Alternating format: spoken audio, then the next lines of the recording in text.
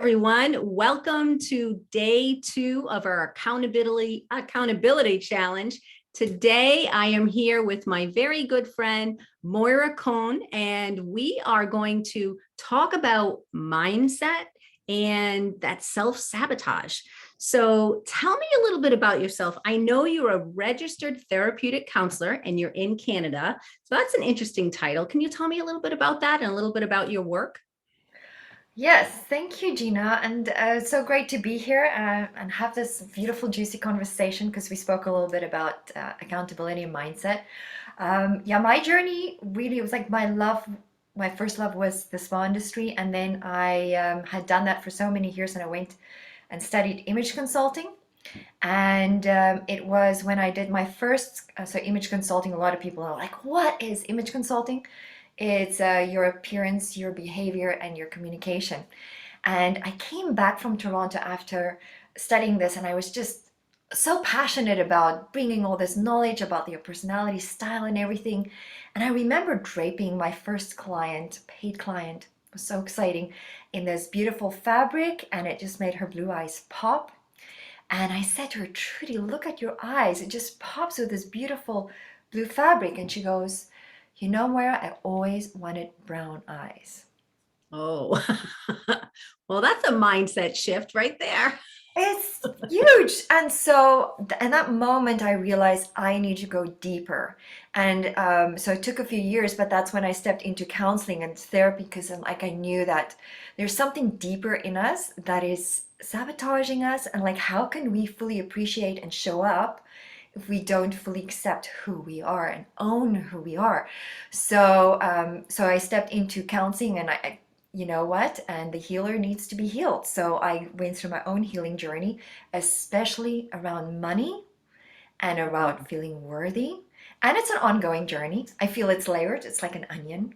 I Um, love that. yeah, and so I stepped into a counseling career as like that is grounded in A Course of Miracles. So it's a spiritual um, it's a very spiritual practice as opposed to the clinical side of it.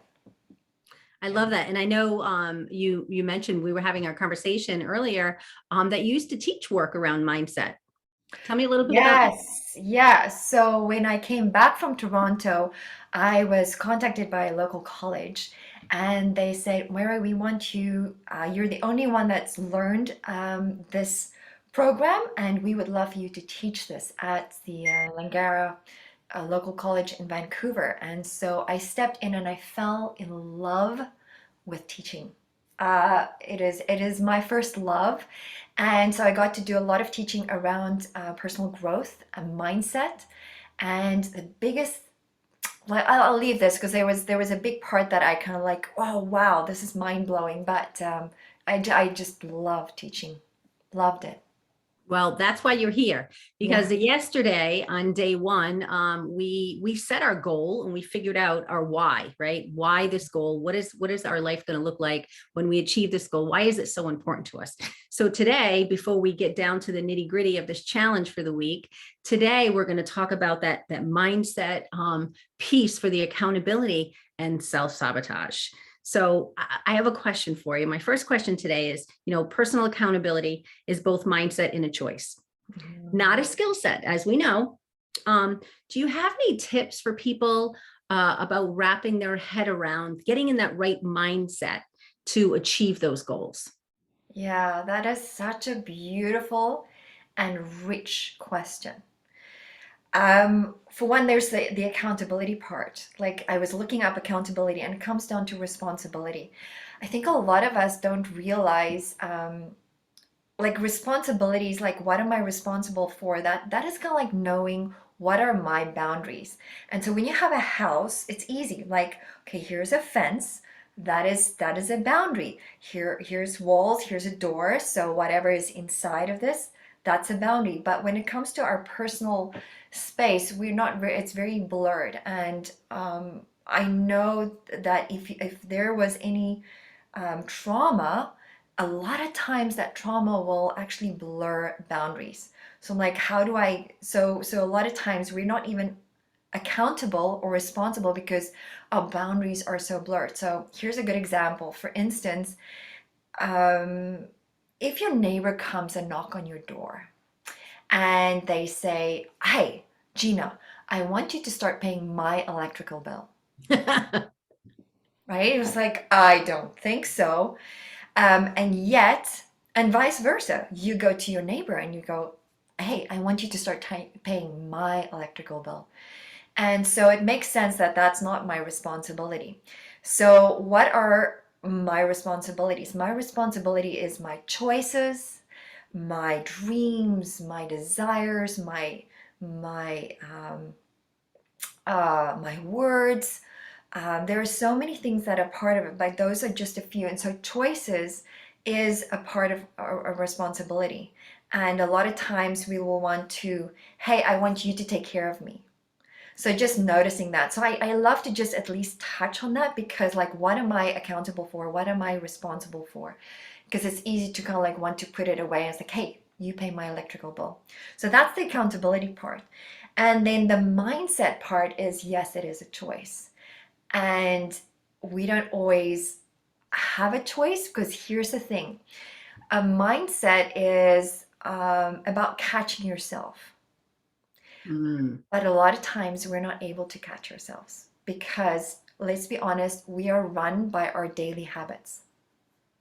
I love that. And as you were talking, what popped into my head was I can remember when I years and years ago I sprained my ankle, and it ended up being worse than what it was supposed to be because of course a sprain turns into a break and a fracture and all this other stuff. Why? But think about it. I mean, I know I have two kids. Do you have any children? I have two daughters. Okay, so if your kids sprain their ankle right away, we'd put ice on it and make them, put their leg up and blah, blah, blah, whatever. And then we'd worry, should they get an x-ray? And most likely we'd take them anyway, just to be sure and bring them to the pediatrician, right? But if it's us, we go like, well, I still have to drive the carpool. I still have to make dinner. We might put it up for a little while. We gimp along. Well, what happened was I was walking around on a really bad sprain and I turned it into a fracture because I Oh, didn't take care of myself. But if it was for my child, right? And the same thing happened with Lyme disease, right? First little symptom, boom, I got my daughter right in there for Lyme disease, where I have so many friends that got sick, sick, sick with Lyme disease. And it's like, bottom line is we just ignore if it's our kid, we bring them right in. And so almost thinking about what sparked was when you were talking about that was, it's the same thing, maybe playing a little mind game with ourselves in personal boundaries, right? This is to keep you accountable. If you would like, you do it for someone else, so do it for yourself. yeah. And you know what? That is such a great point, Gina, because it is tied into my worth and your worth. Yes. I will value my kids more. I will value my clients more than I do for myself. Right. And I I think love that's that. where the whole imposter syndrome also creeps in, is that like how much do I value myself? And that is a lot of times from childhood trauma. Ah, Yes, that comes back up. And like for me, as a child, um, my mom was a working mom. So I didn't have a lot of time with her. And I remember this moment. Oh, I was about probably 3 years old, and I really badly wanted to spend time with her. I hadn't seen her, and she just probably wanted to just relax a little bit, and and she said, "No, no, no, you go take a nap." And so I felt that she was pushing me away. In that moment, I didn't realize it until therapy way later. I didn't feel loved. I didn't mm, feel worthy of her love. And just that little thing not impacted. important enough. Right. Oh, I'm not important enough. And so that little thing impacted me. So now I know, and I've had a lot of healing around it. But so how did this impact me later? Fast forward to when I was going through separation, and I didn't want to take any responsibility. I'm not worthy of it. You take care of all the lawyer stuff. And I ended up with such a bad contract that when I finally did go to see a lawyer, she looked at it and goes like, "Moira, this is the worst contract I've seen in 30 years." Wow. Because I didn't feel like I was worthy. Thank you for sharing that story. And I think we can all relate to that at some point, which ties in, brings me into my next question, which I know is huge, is imposter syndrome. And as a business coach, I don't think I've ever had a client that has never struggled with imposter syndrome. I mean, of course, you can struggle with that in your personal life, but when you think about your business, and I tell them it's so important. I actually talk to my clients about it onboarding. So this will happen. It's called imposter syndrome, and you will get it. So when it happens, just want you to understand, and I talk a little bit about it. And so then when it happens, like, don't freak out, right? Don't freak out if you think you're a fraud. Deep breath. I'm a fraud. I'm a failure. Why am I in this position? All these people are depending on me. Why would they pay me to do this? Right. Because in so it's like mindset, accountability, imposter syndrome. I feel like it all kind of goes together, but we're never going to achieve our goals if we're not accountable. And just by us having this conversation, and it's painful for some people, we're holding ourselves accountable by acknowledging it and admitting it. So what do you have to say to those people when Oh, we all do, and I've done it before too, when yes. you feel like you're dealing with imposter syndrome? And so what are some Yeah. tips or suggestions? This is so beautiful. I have a beautiful friend, and so once a week we talk to each other just to kind of help get that wisdom within out. And I was talking to her. I was like, "Hey, does imposter syndrome show up for you, and what does that look like?" And she mentioned what it was for her. And then I said, "Okay, so let's talk about like how do you overcome it?" And she paused and goes like, "Can we do anything else? Is that my only choice to overcome it?" And like I put Oh, on my therapeutic hat and I'm like, no, there is something richer that we can do. And that is to explore it. Because it is a feeling. And it's coming up because it actually wants to show you something. It wants to teach and guide you. So when that imposter syndrome come up, explore it. Why is this showing itself? What's happening? And so for her, imposter syndrome was, she wasn't walking her talk. She was giving this advice to clients, but she wasn't doing it for herself. mm. And so there's like just one of my favorite movies is the Thomas Crown Affair. I love that movie. And in it, he's sitting with his psychiatrist, and she asks him, "Do you trust yourself?" And he says, "I trust myself implicitly." And I realized I don't trust myself implicitly. Mm. And that's tied into the whole imposter syndrome because like I recognize that there are small things that I do to sabotage myself. Like I'll say, I want to eat healthy, but then I don't. And so now I'm not trusting myself that I can make a choice that is healthy for my body. And so I looked at it and then I explored it because I'm like, oh, and I found myself beating myself up. I'm like, how dare, like, this is important to you. Why would you take that bag of chips? Or like, why would you do this to yourself, right? Right. Um, and so right now I'm really into habits, daily habits. And what came to me is like, and I was listening to this speaker, I think it's Jim Forte, um, Tim Fortin. Oh, I'm like, I have to come back to you with the author. But he said, it is what you focus on, you attract. And this is what I learned. This was my biggest mind-blowing realization that I made when I came back from studying image consulting. What you focus on, you attract. So if you focus on, I don't want to eat that bag of chips, it is kind of like me telling you, I don't want you to look at that spot behind you on the wall. And now Mm. you're curious about that spot behind Right. the wall.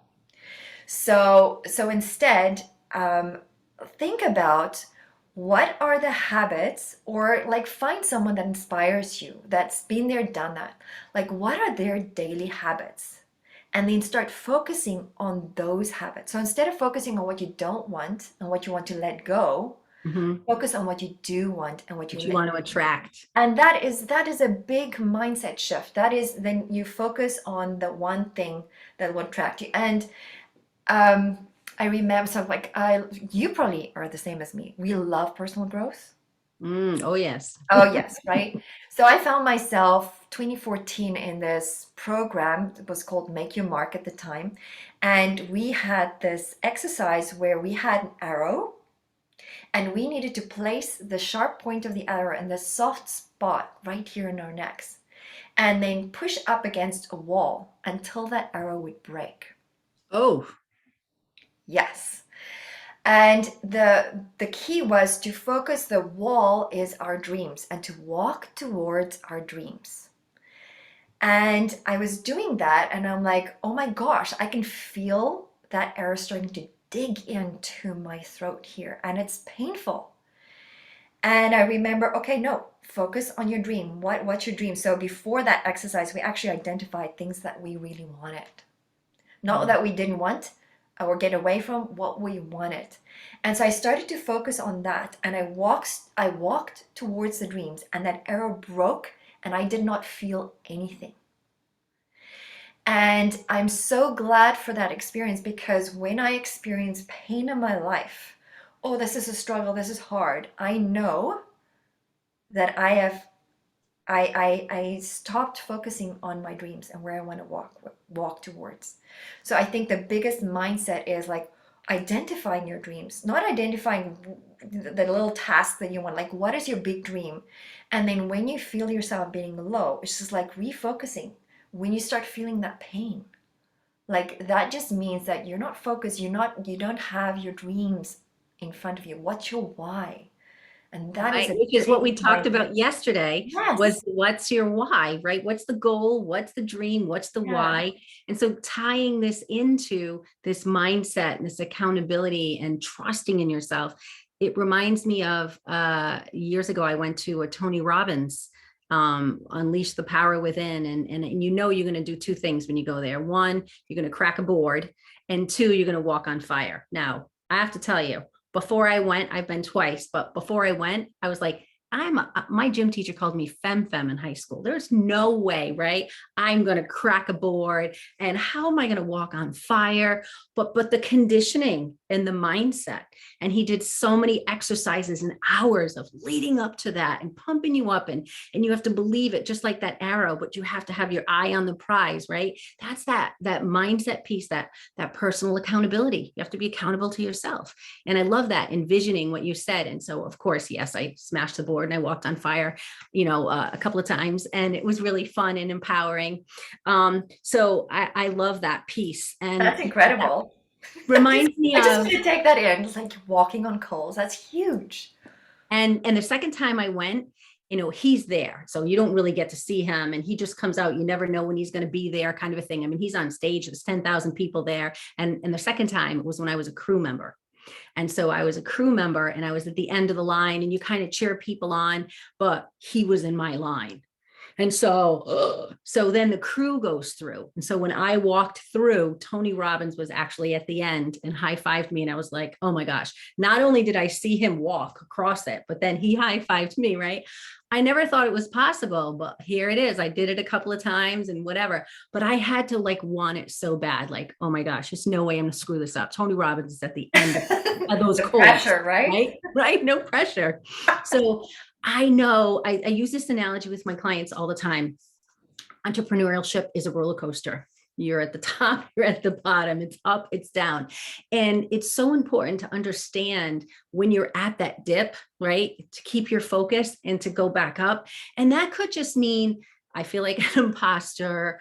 I don't have any money in my business bank account. But then there's times when you're at the top, right? You're at the front seat and you're ready to take off. Your arms are up or you're on the roller coaster and your bank account is really fat because you had a good month.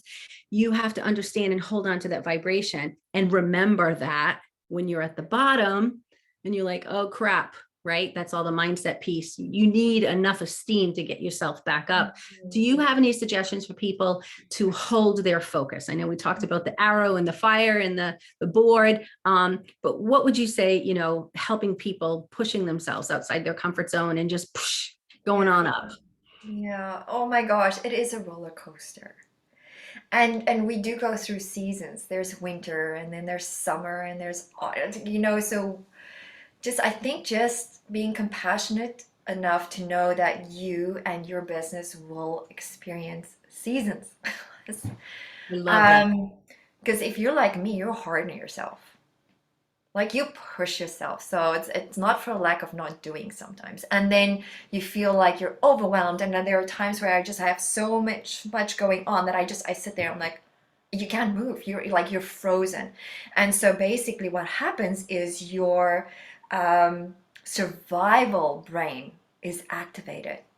So you'll either freeze, you'll flee, or you'll freeze. And then there's frozen, there's fawn as well. It's like, oh, you're so nice, thank you so much. And so just knowing and recognizing when that shows up because it's communicating to you that right now I'm in survival mode. And when you're in survival mode, you cannot be creative. You cannot, you're shut down. Your energy is literally small and it's contracted. So how do you get out of that? I have a daily practice, and this is like I created uh, a methodology on how to just self-regulate your emotions because the emotion, if you're not feeling acceptance, joy, or enthusiasm, you are Mm. probably in a contracted state. So those are easy. There's just three of those emotions. You're not feeling any of those. There's something that there's a universal need of yours that's not being met at this time. And so how do you identify that? Because, and here's where it's self-responsibility and accountability comes. So like taking the time to explore the feelings. It is not to push down and push through it. And like, I don't have time to look at because we tend to like, I'll just put it down. And so imagine me feeling stressed and I have this balloon. And so that energy of stress goes into this balloon and now it gets inflated. And I don't look at it. So the next day there's more stress. So now it gets larger and larger to the point of breaking. And so if you don't do an emotional cleanse and look at your emotions and what's going on, it's just going to blow up. So a big part of mindset is actually self-regulating your emotions. To say it in a different way is to explore your emotions. And Ah, you don't have to love that. being accountable for your own emotions. I love You're that. What is, accountable. You are accountable to look at that. oh, what a And great and way. there's wisdom in that. So like a lot of times, say for instance, you're triggered. I remember we were talking about laundry and having to tell my partner not to do any laundry so it's not noisy while we're doing this interview. I remember working in my office and hearing the dryer going, and I'm thinking, hang on, there's nothing that needs to go in the dryer. And I realized he was trying to help me and he put all my delicates in the dryer, You. right? And I went, so I know this. I know this. I was so triggered. I know that I need to kind of go within, kind of take a deep breath. But at that moment, it was so strong, that knee-jerk reaction. I went down and I'm like, how, like, don't ever do this again. I was just like, and he's sitting there. It's just like, what? I was trying to help you. And taking that moment to explore what was really going on, I realized, wow, I have so much going on. I don't have the time to go and buy new underwear. I don't want to spend more money because like I'm in a startup in my business. And I realized my fear is I'm running out of time, I'm running out of money. And so, and I'm like, okay, well, if that's my fear, like, what do I do? What's the action step? Because I feel that a part of that accountability and mindset is when we have that uncomfortable feeling, it is not about just exploring. We actually have to do something. And that in that doing, that's when we turn back to peace. Only if the doing is in alignment. And so I realized I needed to meditate more because in that Mm. meditation my body is expansive, I'm creative, I get ideas, and then I don't have to work long and hard. Is I'll have an immediate idea and I can kind of take action on that. So A reset, right? it's And, a reset. It's I'm a a fan reset. of Abraham Hicks, and Oh she, yes. yes, and she's a big component. And she always says, take a nap, go to bed, and you wake up and you're refreshed, right? Well, Yeah, I'm a take a bath kind of person, I know, but once it's you take that saying, roller coaster, you're not stopping that car. It's down the but hill. So it's like personal accountability. So if you're in that mindset of I can't do this, what was I thinking, right? I can't do this job, or I can't do this goal. It's too big. Why did I pick this goal? Like just forget it. When you're in that place, then you remember, oh no, I really wanted this, and you kind of go through the steps and go through the tools. But I love that. Just decide what it is and understand, right? Where everybody has a big, huge toolbox, but what's inside of that toolbox looks a little different for everyone. Some things work for one person, doesn't work for another person. So I love having this conversation and a different, fresh perspective from an expert like yourself. This was very inspiring for me, and I hope it was inspiring for our listeners here who are watching and tuning in. And I'll do a follow-up, and they'll do some questions in the workbook for day 2. And tomorrow we're going to look ahead, and tomorrow we'll be finding an accountability buddy. So tell me, again, I want to thank you so much for being here. How can people get in touch with you? How can they, where can they follow you? Where can they deepen this conversation? Just to take that next step. Mhm.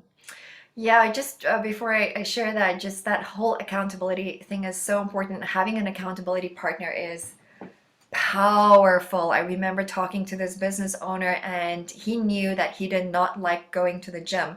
So what he had done is he asked the gym owner for the key. So he needed to be there in order to open up the gym. Wow. I thought you were going to say he hired a trainer or he got a buddy. No, Let's he's talk like about that pushing will get yourself. me there. So it's That's a it's good about one. like what will get you there. And being in an accountability partnership is so powerful. How can people get hold of me? Yes, I have a core business called Become a High Value Woman. It really is like you are already a high value woman, but we may not believe that we are. And it's just like bridging that gap and how to do it as a therapist. And so I am the go-to therapist for female entrepreneurs who are spiritual and that want to just break through that financial glass ceiling, literally just increasing that thermostat, because we have a setting, like a financial setting, and it's how to increase that.